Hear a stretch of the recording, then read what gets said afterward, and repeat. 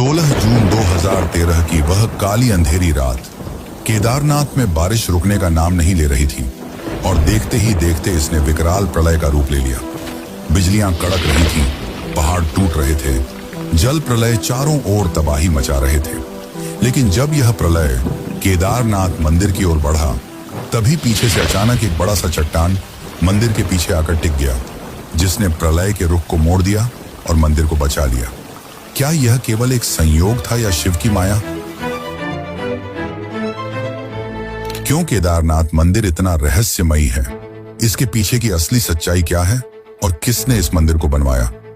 यह मंदिर साल में सिर्फ 6 महीने खुला रहता है और बाकी के 6 महीने बंद। जब यह 6 महीने बर्फ के नीचे दबा रहता है, तब कैसे अंदर जलने वाला दीपक निरंतर जलता रहता है? हजारों साल पहले जब विज्ञान का नामो निशान नहीं था, तब कैसे इंटरलॉकिंग जैसी तकनीक का इस्तेमाल करके इस मंदिर को बनाया गया? कहा जाता है कि यह मंदिर 400 सालों तक बर्फ के नीचे दबा रहा, फिर भी इसकी दीवारों पर एक खरोच तक नहीं आई।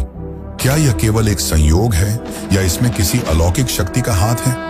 यहाँ का शिवलिंग बाकी 12 ज्योतिर्लिंगों से काफी अलग है। हिमालय की गोद में बसा केदारनाथ मंदिर केवल एक मंदिर नहीं, बल्कि इसके अंदर कई ऐसे रहस्य समाये हुए हैं जो आपको हैरान कर देंगे। तो क्या आप इन रहस्यों को जानने के लिए तैयार हैं? तो चलिए चलते हैं केदारनाथ धाम की इस यात्रा पर, जो आपके होश उड़ा देगी।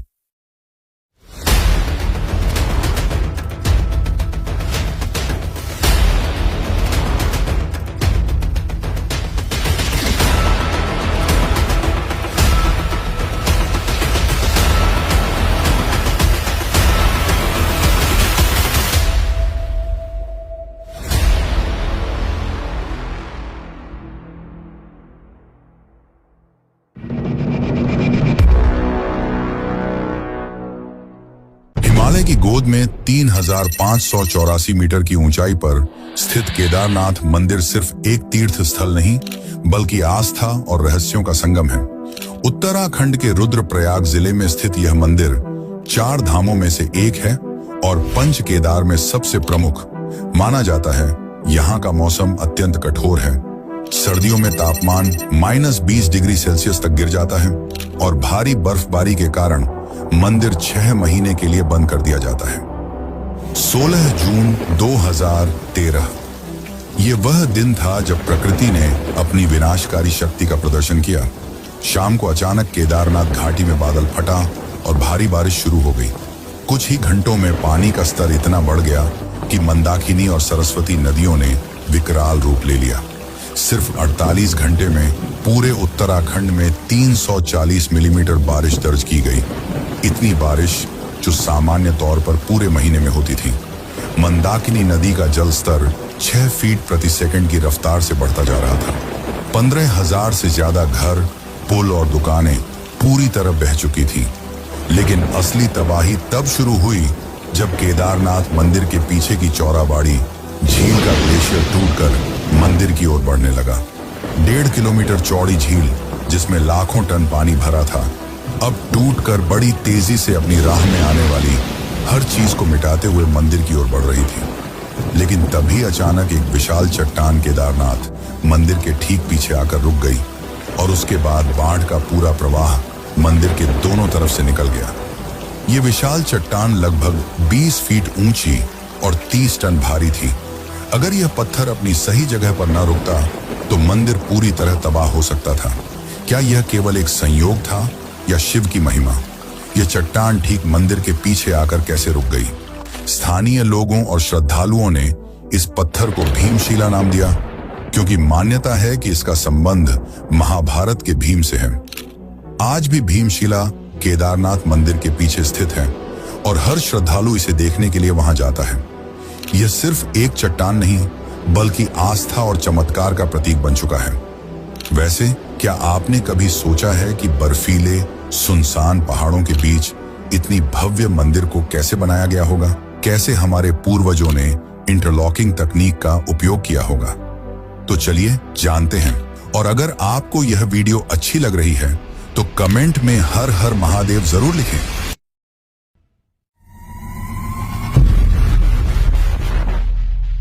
केदारनाथ मंदिर को देखकर यह सवाल हर किसी के मन में आता है कि इतनी ऊंचाई और दुर्गम स्थान पर हजारों साल पहले बिना किसी आधुनिक तकनीक के इतना भव्य मंदिर कैसे बनाया गया। क्या इसे देवताओं ने बनाया या फिर प्राचीन भारत की इंजीनियरिंग इतनी विकसित थी कि आज भी वैज्ञानिक इस रहस्य को पूरी तरह सुलझा नहीं पाए। इस मंदिर को बनाने के लिए विशाल पत्थरों का प्रयोग किया गया है। यह मंदिर विशाल भूरे रंग के पत्थरों से बना है, जिसे केदर गिनाइस भी कहा जाता है, जो कि 6 से 8 टन भारी है। ये पत्थर 20 से 30 किलोमीटर दूर से लाए गए थे, क्योंकि इस क्षेत्र में यह प्राकृतिक रूप से नहीं मिलते। पर सवाल तो यह है कि इतने भारी पत्थरों को 12,000 फीट की ऊंचाई तक कैसे पहुंचाया गया, जब ना तो कोई आधुनिक मशीन थी और ना ही कोई सड़क। सबसे चौंकाने वाली बात तो यह है कि मंदिर में किसी भी पत्थर को जोड़ने के लिए सीमेंट या गारा का प्रयोग नहीं किया गया है, बल्कि पत्थरों को इंटरलॉकिंग तकनीक से जोड़ा गया है, जिससे यह बिना किसी बाहरी सहारे के मजबूती से टिके रहते हैं। और 2013 की आपदा में यह सिद्ध भी हो गया कि मंदिर की संरचना आज के किसी भी आधुनिक इमारत से कहीं अधिक मजबूत है। पत्थरों का भार और इंटरलॉकिंग डिजाइन इस तरह से किया गया है कि यह तूफान, बर्फबारी और भूकंप झेल सके। 2013 की आपदा के बाद भारतीय पुरातत्व सर्वेक्षण यानी कि आर्कियोलॉजिकल सर्वे ऑफ इंडिया के वैज्ञानिकों ने केदारनाथ के पत्थरों की कार्बन डेटिंग और अन्य जांच की। इसमें उन्होंने यह पाया कि यह मंदिर लगभग 1200 से 1500 साल पुराना है, यानी कि 8वीं से 10वीं शताब्दी के बीच बनाया गया है। लेकिन हिंदू मान्यताओं के अनुसार इसका इतिहास महाभारत काल से जुड़ा हुआ है, यानी कि यह मंदिर लगभग 5000 साल पुराना है। तो क्या यह मंदिर सच में 5000 साल पुराना है और इसे पांडवों ने बनाया था, या फिर 8वीं शताब्दी में जगत गुरु आदि शंकराचार्य ने इसे बनाया? यह काफी दिलचस्प और रहस्यमय कहानी है। तो चलिए जानते हैं कि केदारनाथ मंदिर को किसने बनाया।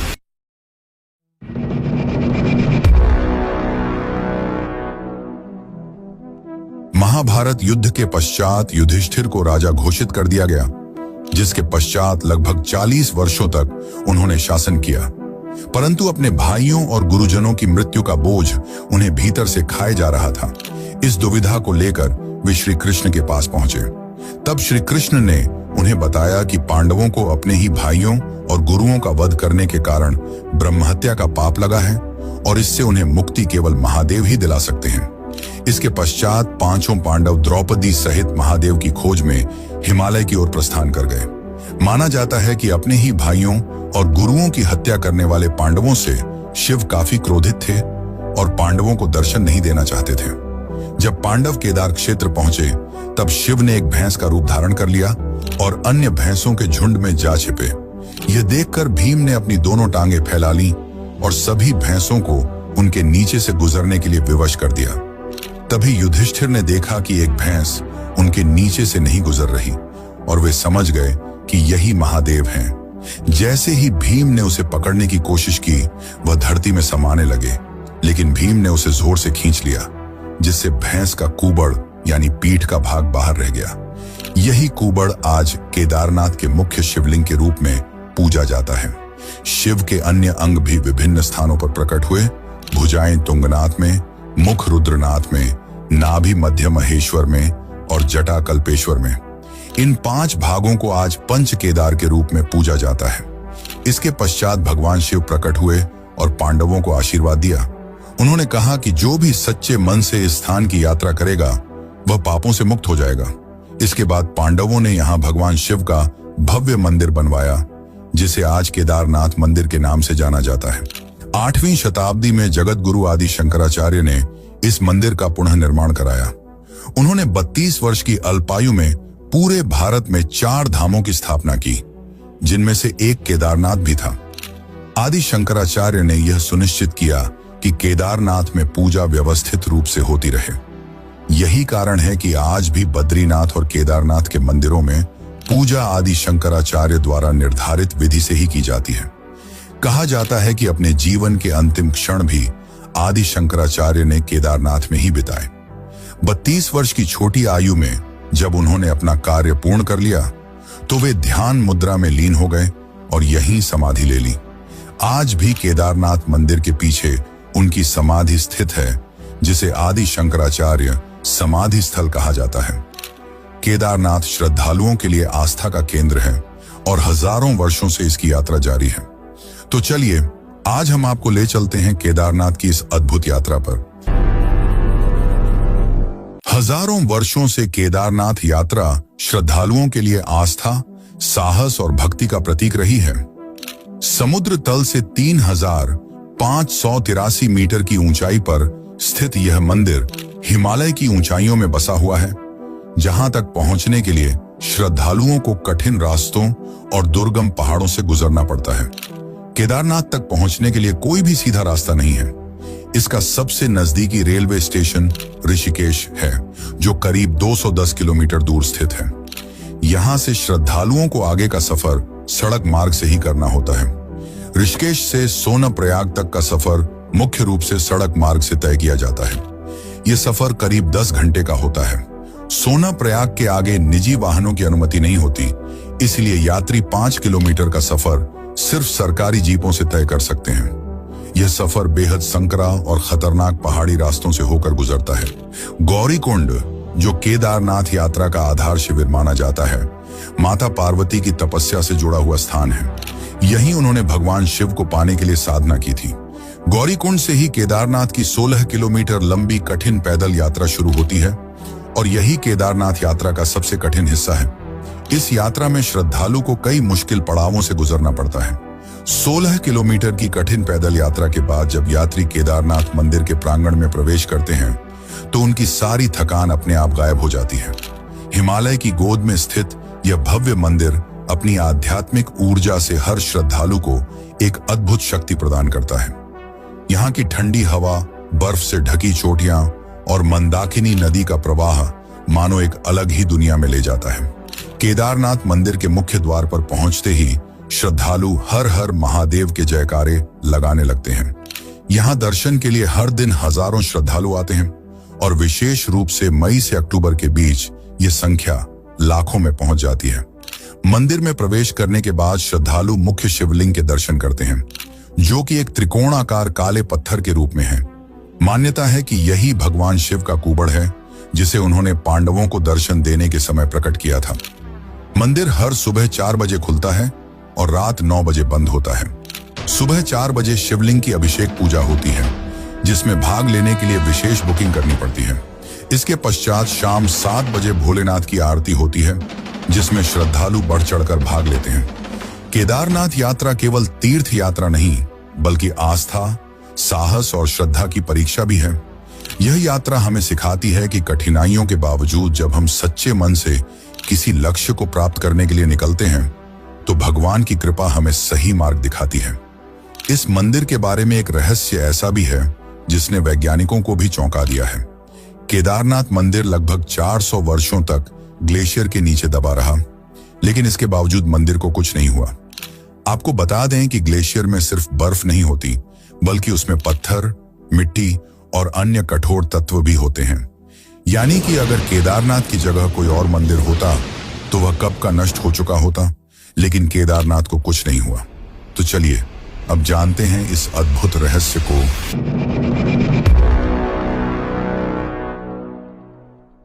वैज्ञानिकों के अनुसार 1300 से 1800 ईस्वी के बीच पृथ्वी पर एक लघु हिमयुग यानी कि लिटिल आइस एज आया था।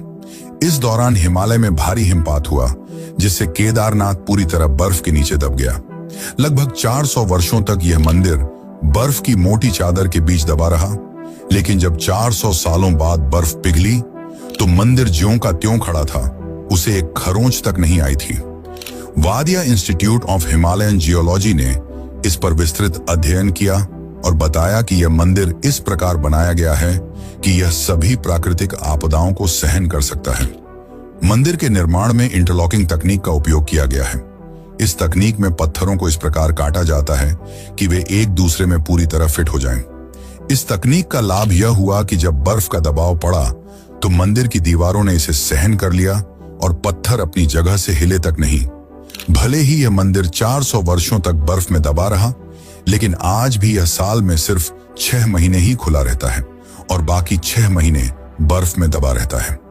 माना जाता है कि इस दौरान यक्ष और गंधर्व स्वयं इस मंदिर में आकर भगवान शिव की पूजा करते हैं। लेकिन क्या आपने कभी सोचा है कि इसके पीछे का रहस्य क्या है? तो चलिए जानते हैं।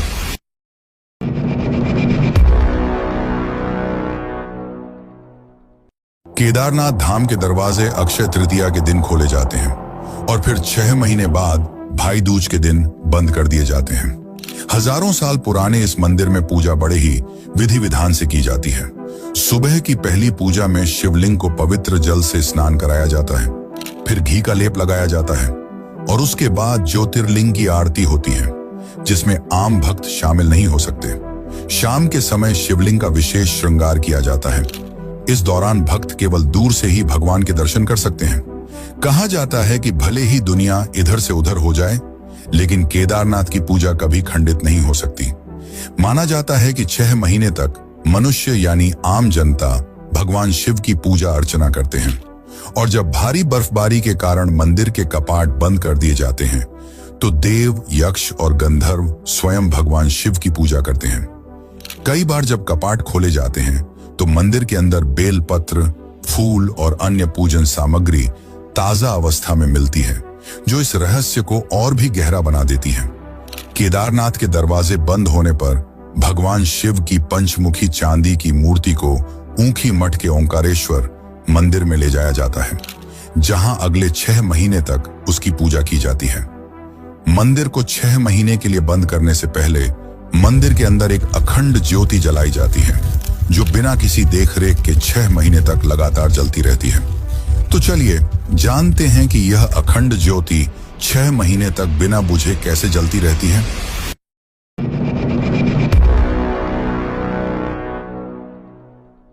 केदारनाथ मंदिर में एक ऐसा चमत्कार होता है जो विज्ञान के सारे तर्कों को चुनौती देता है।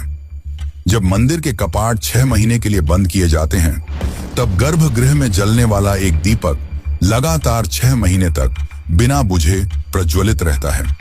यह कोई साधारण दीपक नहीं, बल्कि श्रद्धा, आस्था और दिव्य शक्ति का प्रतीक है।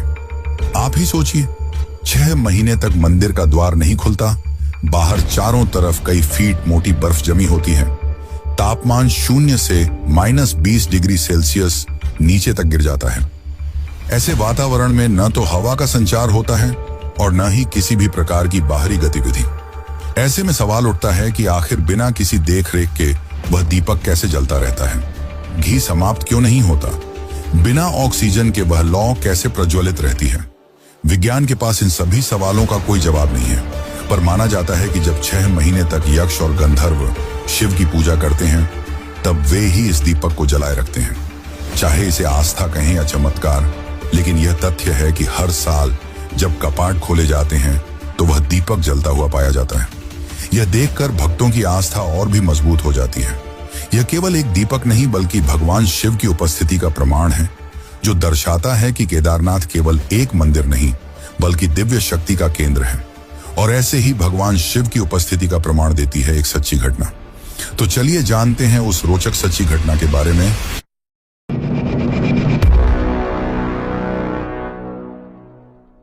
कई 100 वर्ष पूर्व, जब न तो सड़क थी और न ही रेल मार्ग का कोई साधन, तब लोग दूर दूर से कई महीने का सफर पैदल या बैलगाड़ी की मदद से तय कर केदारनाथ धाम के दर्शन के लिए आते थे।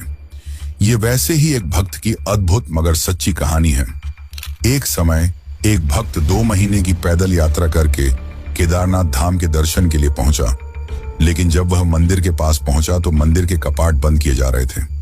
यह देखकर वह काफी उदास हो गया और उसने पंडित से बहुत विनती की, मगर पंडित ने यह कहकर मना कर दिया कि यह असंभव है और उसे लौट जाने को कहा। पर भक्त ने उसकी एक न सुनी और वहीं पर बैठ गया। रात को भीषण ठंड पड़ने लगी और वह ठंड और भूख से कराह रहा था। तभी एक अघोरी बाबा ने उसे देखा और कहा, इतनी ठंड में क्यों बैठे हो, लौट जाओ। तब भक्त ने कहा, मैं मंदिर के दर्शन किए बिना नहीं जाऊंगा। यह सुनकर अघोरी ने उसे खाने के लिए भोजन दिया और आग भी जलाई। फिर भक्त ने खाना खाकर वहीं विश्राम किया। जब सुबह उसकी आंख खुली तो उसने देखा कि केदारनाथ मंदिर के द्वार खोले जा रहे हैं। उसने बड़े ही आश्चर्य से पंडित से पूछा, आज केदारनाथ के द्वार क्यों खोले जा रहे हैं? पंडित ने उत्तर दिया, 6 महीने बाद आज मंदिर के द्वार खोले जा रहे हैं।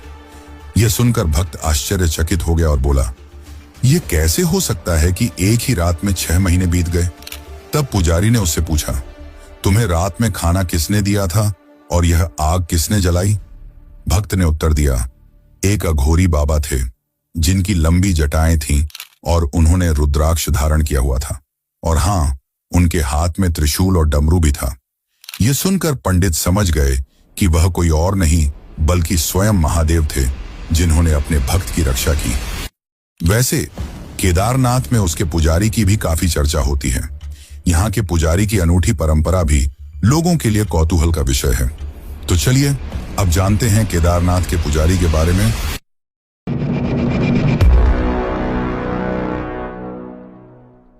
केदारनाथ के पुजारी कोई साधारण संत या साधु नहीं होते, बल्कि एक विशेष वंश और समुदाय से आने वाले विद्वान होते हैं जो पीढ़ी दर पीढ़ी इस मंदिर की सेवा करते हैं। मंदिर के मुख्य पुजारी को रावल कहा जाता है। यह रावल कोई साधारण पुजारी नहीं होता, बल्कि विशेष रूप से प्रशिक्षित और वैदिक ज्ञान से समृद्ध विद्वान होता है। रावल पुजारी कर्नाटक के उडुपी जिले के वीर शैव ब्राह्मण समुदाय से आते हैं। इनका मुख्य उद्देश्य भगवान शिव की आराधना और वैदिक परंपराओं का पालन करना होता है। मुख्य पुजारी रावल के साथ कई सहायक पुजारी भी होते हैं जो मंदिर की सेवा में लगे रहते हैं। ये पुजारी विभिन्न अनुष्ठानों और पूजा पाठ में मदद करते हैं। यहाँ के पुजारी जितने ज्यादा इस मंदिर से जुड़े हैं, उससे भी ज्यादा ये मंदिर अन्य मंदिरों से जुड़ा हुआ है। इस मंदिर का सीधा संबंध रामेश्वरम मंदिर से है। क्या आपने कभी सोचा है कि केदारनाथ से लगभग 2800 किलोमीटर दूर रामेश्वरम के बीच क्या संबंध हो सकता है? क्या यह महज संयोग है कि ये दोनों पवित्र धाम 69 डिग्री देशांतर रेखा पर लगभग एक ही सीध में स्थित हैं? यह सवाल जितना सरल लगता है, इसका उत्तर उतना ही रहस्यमयी है। यह मात्र भौगोलिक संयोग नहीं, बल्कि एक अद्भुत ज्योतिषीय और आध्यात्मिक गणना का परिणाम है, जिसे हजारों साल पहले ऋषियों ने स्थापित किया था। आइए इस रहस्य को एक गहरी और रोमांचक यात्रा के रूप में समझते हैं। एक ऐसी यात्रा जो हमें भारतीय धर्म, खगोल शास्त्र और वास्तुशास्त्र के अद्भुत संगम तक ले जाएगी।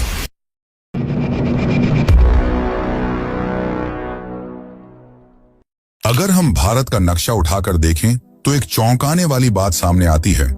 केदारनाथ से लेकर रामेश्वरम तक के प्रमुख शिव मंदिर लगभग 79 डिग्री देशांतर रेखा पर स्थित हैं, यानी एक ही सीध में हैं। इन मंदिरों को जोड़ने पर एक सीधी रेखा बनती है।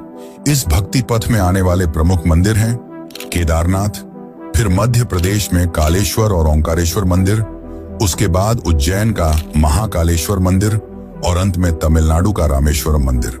अब सवाल यह उठता है कि प्राचीन भारत के ऋषियों और वास्तुशास्त्रियों को इस बात की जानकारी कैसे थी? प्राचीन भारतीय ग्रंथों के अनुसार यह दुनिया केवल भौतिक नहीं है, बल्कि ऊर्जा के स्तर पर भी काम करती है। शिव, जिन्हें सृजन और संहार का देवता माना जाता है, ऊर्जा के एक विराट स्रोत हैं। 79 डिग्री देशांतर पर शिव के इतने महत्वपूर्ण मंदिरों का होना यह दर्शाता है कि यह कोई साधारण संयोग नहीं, बल्कि एक आध्यात्मिक ऊर्जा रेखा हो सकती है, जिसे आज की भाषा में ली लाइन कहा जाता है।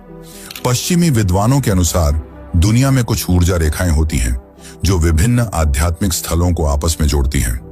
इन रेखाओं पर स्थित स्थानों में एक विशेष ऊर्जा होती है, जिससे वहां ध्यान और साधना करने पर दिव्य अनुभव प्राप्त होता है। भारतीय परंपरा में इसे नाड़ी मंडल और वास्तु चक्र के रूप में भी जाना जाता है। ऋषि मुनियों ने इस ऊर्जा प्रवाह को समझकर ही इन मंदिरों को ठीक 79 डिग्री देशांतर पर स्थापित किया था।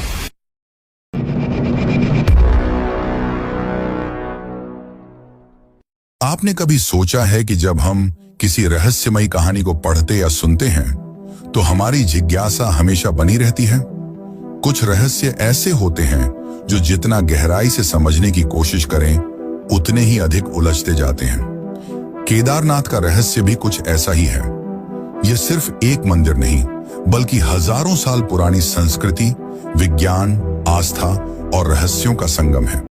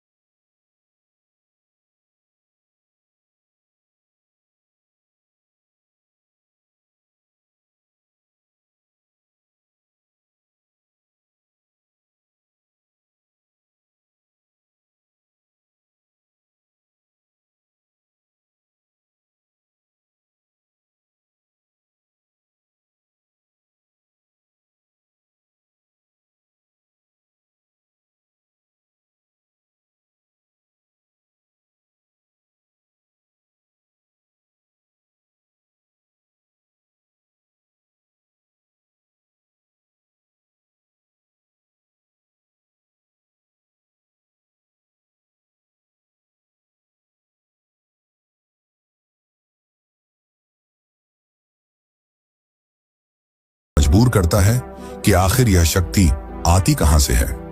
क्या यह केवल आस्था का बल है या फिर इसमें कोई गूढ़ रहस्य छुपा है?